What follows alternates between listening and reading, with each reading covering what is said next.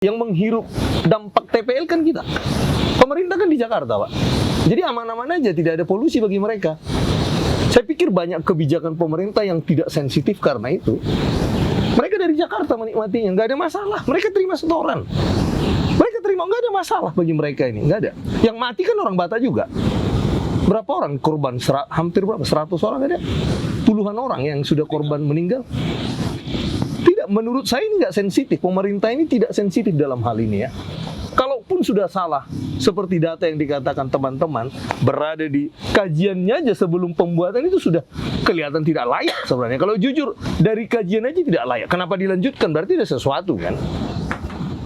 Berarti adalah pemerintah ini ada kajiannya salah, kita kira begitulah. Kalau jujur ya buktinya dampaknya hancur kan. Harusnya jujur dong. Kalau menurut saya, kalaupun ada yang membela TPL hanya urusan uang, dan itu pun itu di 5 sudah